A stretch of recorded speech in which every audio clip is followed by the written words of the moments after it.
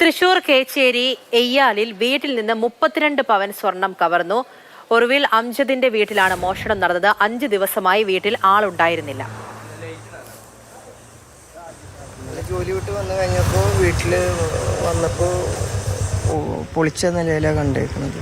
അത് അവർ ഇത് പൊളിച്ചിട്ടാണ് കടന്നത്. വാതിലിൻ്റെ ലോക്കൊക്കെ അവർ അതിൻ്റെ സൈഡിലുള്ള വാതിലിൻ്റെ സൈഡൊക്കെ തിക്കി പൊളിച്ചിട്ടാണ് അകത്ത് കടന്നേക്കുന്നത്. ഞങ്ങളെല്ലാവരും പെരുന്നാൾ കഴിഞ്ഞിട്ട് ഉമ്മ പെങ്ങളോടെയും വൈഫിൻ്റെ കൂടെ ഞാൻ ജോലിക്ക് വൈഫിൻ്റെ ആഭരണങ്ങളായിരുന്നു, കല്യാണം കഴിഞ്ഞതിൻ്റെ ആഭരണങ്ങളും അങ്ങനെ കുട്ടിയുടെ കുറച്ച് ഓർണമെന്റ്സ്. MS ലിഷോ ഈ വിവരങ്ങളുമായി ചേരുന്നുണ്ട്. ലിഷോയി, ഈ വീട്ടുകാരെ തിരിച്ചു വന്നപ്പോഴാണല്ലേ മോഷണ വിവരം അറിയുന്നത്? പോലീസ് എന്താണ് പറയുന്നത്? അന്വേഷണം ആരെങ്കിലും എത്തിയോ?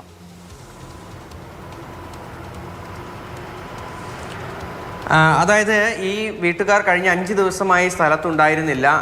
അതിനുശേഷം ഇന്നലെ ഈ കുടുംബം, അതായത് അംജദും ഭാര്യയും വീട്ടിലേക്ക് എത്തിയ സമയത്താണ് ഇത്തരത്തിൽ വീടിൻ്റെ മുൻവശത്തെ ഡോർ കുത്തി തുറന്ന നിലയിൽ കണ്ടെത്തുന്നത്.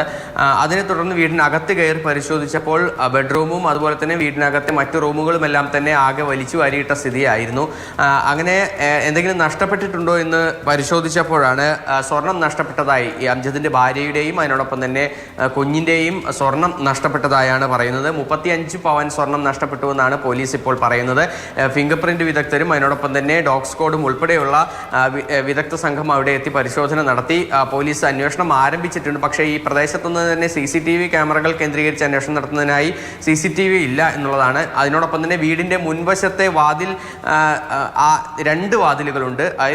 അതിലൊരു വാതിലാണ് കുത്തി തുറന്നിരിക്കുന്നത്. റോഡിൽ നിന്ന് നേരെ നോക്കിയാൽ കാണുന്ന വാതിലിന് ഒരു കുഴപ്പവുമില്ല. മറ്റൊരു വാതിലിന് ഒരു വശത്തുള്ള വാതിലിനാണ് നേരെ കുത്തി തുറന്നിരിക്കുന്നത്. അതിനാൽ തന്നെ ഈ മോഷണം എന്ന് നടന്നു എന്നുള്ള കാര്യത്തിൽ കൃത്യമായ വ്യക്തതയില്ല. കാരണം വീട്ടുകാർ ഇന്നലെ വന്നപ്പോൾ അറിഞ്ഞു എന്നുള്ളതാണ്. കഴിഞ്ഞ 3 ദിവസത്തിനുള്ളിൽ അല്ലെങ്കിൽ 5 ദിവസത്തിനുള്ളിൽ എന്ന് വേണമെങ്കിലും മോഷണം നടന്നിട്ടുണ്ടാകാം എന്നുള്ളതാണ് പോലീസും പറയുന്നത്. വിശദമായ അന്വേഷണം നടത്തുന്നുണ്ട് എന്നുള്ളതാണ് പറയുന്നത്. എന്തായാലും വീട്ടുകാർ സ്ഥലത്തില്ല എന്ന് ഉറപ്പിച്ച ശേഷമാണ് മോഷണം നടത്തിയതെന്നാണ് വിവരം.